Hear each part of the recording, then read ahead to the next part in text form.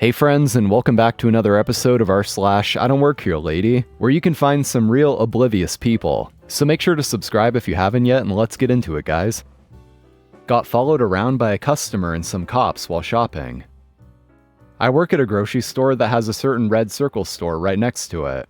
During breaks, I occasionally go there just to get a snack and check out the gaming and toy section, and maybe even clothing.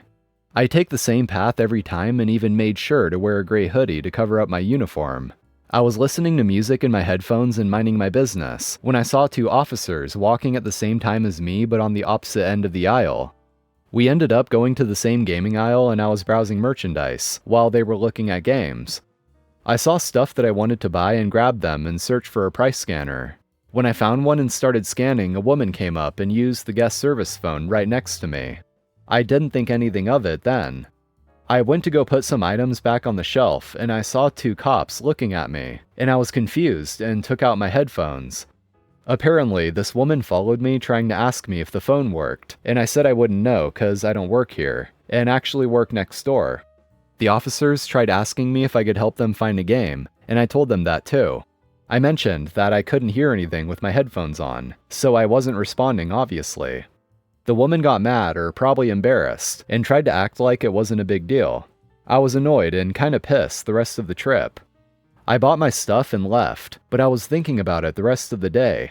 I don't know if that was all a coincidence or something else, cause I understand if some people confuse employees from time to time, but it felt like I was being accused of something while I was rocking out to my weeb music and minding my business. Edit, I'm a black woman. And a commenter said this: someone probably called the cops because you come in often in a gray hoodie, talk to no one, and leave without spending a lot. They figure you're stealing, but can't figure out how, so they get the cops in on it. The lady was probably a cop too. This happened to me. I worked at a Wally World, but shopped at another red circle store nearby. I would only get whatever my mom asked me to pick up and go home. I almost got cuffed one day after the cops finally confronted me. Apparently just buying one thing is suspicious, and covering up my clothes and not having a purse is too. I was 18 and didn't want anyone to know I worked at the worst store in town. And another commenter here said, Target doesn't get the cops to follow you. They have undercover APS, Assets Protection Specialist. Source, used to be one. Walmart also has undercover. If the APS is any good, you wouldn't even know you were being followed for theft reasons. If the cops had their own suspicions while shopping, then that's on them, but LP is certainly not a job they're good at. Customers would know there's a whole asset protection team at Target, because they're usually at the door. So they would more than likely tell them or any other employee before calling the cops. Source, also used to be a cashier. So maybe it can vary depending on the store or the area. But either way, it does seem like OP was being targeted as a suspicious individual. That's never a fun feeling when you know you aren't doing anything wrong, but you know people are suspicious of you. So even though you're innocent, you get nervous and start acting more suspicious. I'm not holding your mother's ashes hostage. I work at a crematorium. Now this crematorium has memorial gardens. My job is to sell the sites, administration, and customer service. I like to think I'm pretty good at it. The figures definitely show an upward trend since I started 4 months ago. But this crematorium also has a cemetery out front.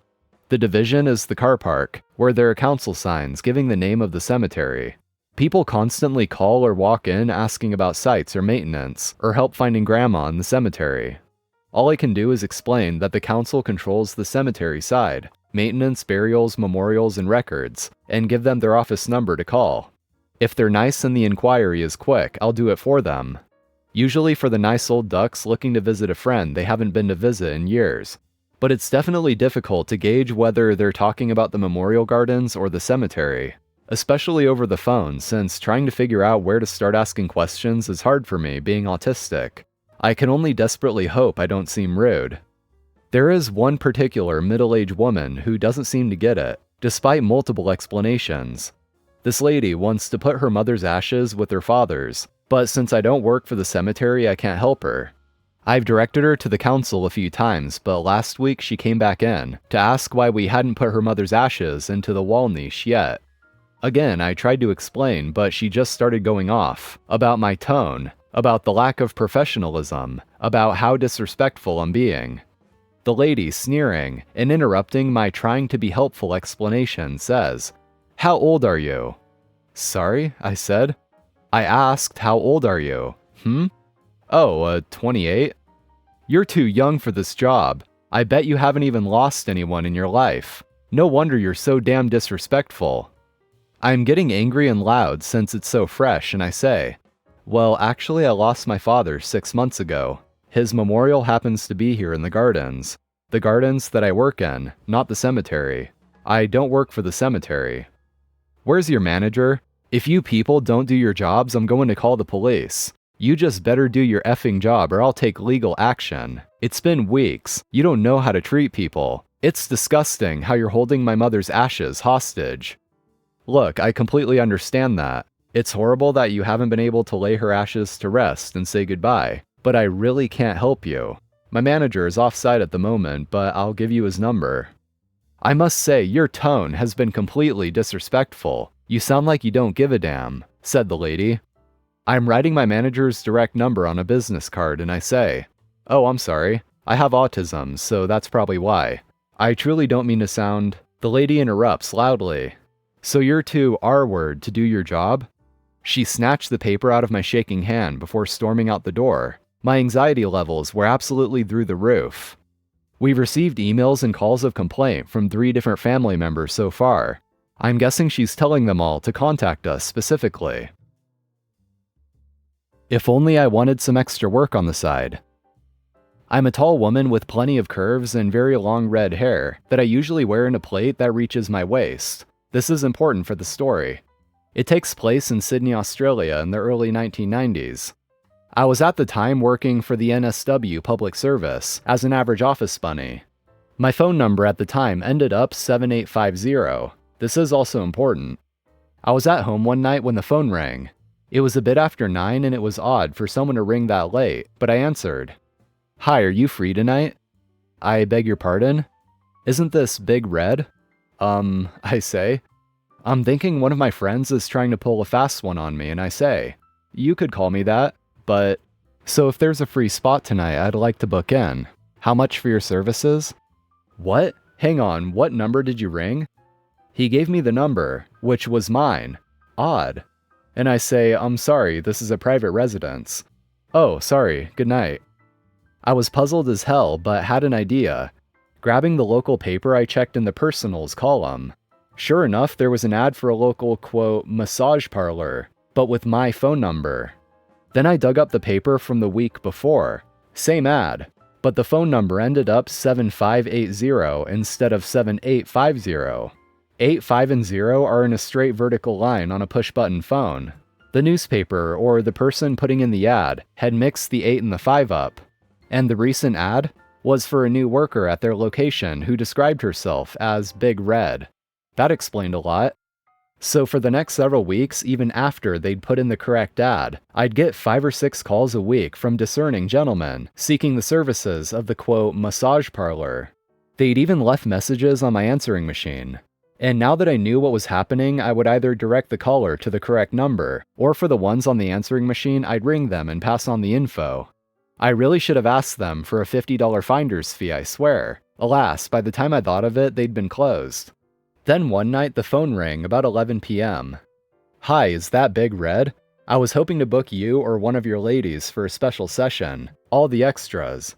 I'm feeling rather sleepy and also tiring of the joke, and I say, "I'm sorry, this is a private residence. You need to dial such and such."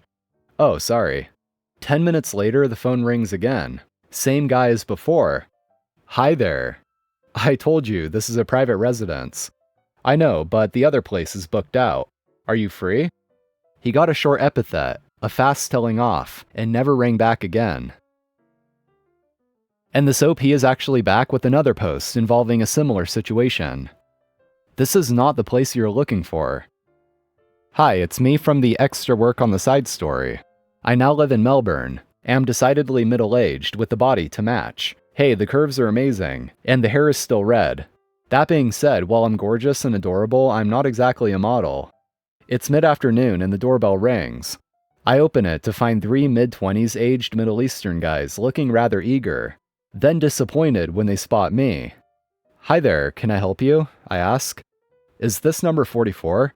Aha, I think. Next door is number 46, but due to some mistakes when it was built, it was originally 44A and occupied by the nicest Egyptian family. We are lucky to have them as neighbors. Are you looking for the family next door? I ask. Some very puzzled looks from the guys, shaking their heads, almost embarrassed. Oh, now I know, and I say, you're looking for number 44 in South Melbourne, aren't you? They were. So I get them to show me the phone GPS, change the suburb to the correct one, point them on their way and tell them to have fun. Why? Because number 44 in South Melbourne is, to quote the website, Melbourne's most prestigious multi-sexual brothel. And while I'm a tall, gorgeous redhead, I'm not what the lads were looking for. I hope they had a wonderful time. You look like you work here. I recently went to a disc replay. I'm browsing around through horror movies, video games, and wrestling DVDs, usually in this order. Well, I'm checking out the horror movies and I see one that I decide to look at. I'm reading the back of the DVD case of it, and I get the familiar presence we all know and never love. A woman who looks about low 20s is at the cash register, waiting, looking like her eyes are machine guns and I'm basically getting pummeled. She tells me to stop wasting her time and check her out. I told her I don't work here, and hopefully someone will be there for her soon. That was a wrong answer. She didn't really listen because she says she doesn't care if I'm on lunch and wants service immediately. Again, I apologize and tell her I don't work here. I figured by now she'd understand. Wrong. I go to the video games. I am browsing. At this point, a woman is at the register. She sees that, but decided to follow me around. I turn to her and say the worker is at the register, she can help you. I can't because I don't work here. She says, and I quote, "You look like you work here." I laugh and say, nope. Again, it falls on deaf ears. I buy a game, Madden 95 for Super Nintendo. As I'm leaving, the young woman followed me to the entrance and said I need to help her. The worker called out to her that I don't work there and she'd help her. Well, I'm walking to my car and the young woman is following me. I get in my car. I drive to Panda Express to get food. I walk inside and there she is, parked next to my car. I get my food, get in my car, and then it hit me. I can't avoid the road construction on the way home, or give her the pleasure of being in the slow waiting game of what is the road construction a few minutes from my home. I picked the road construction. So I'm in the middle lane. The young delusional woman is unfortunately behind me. I'm purposely waiting for an opening to the right lane just enough that I can make it and enjoy knowing the torture I just caused. I see a gap behind a truck. I gun for it, and I can just feel the curse words spewing from her. Even though it's 3 lanes, 2 go to the left and the 3rd lane goes to the right, like a fork in the road basically. I took the right knowing I can easily avoid the traffic, while the ticked off Karen is bumper to bumper cursing me. The disc replay is the one in Countryside, Illinois. All that construction there came in handy that day. Getting mistaken as an employee at a clinic. This happened a few years ago, so some details might be hazy. I'm an autistic 36-year-old male, diagnosed at the age of 28, so I get clinical services at an organization that we will call the geometrical shape of citrus fruit and common Irish surname counties. Yeah, I don't know either.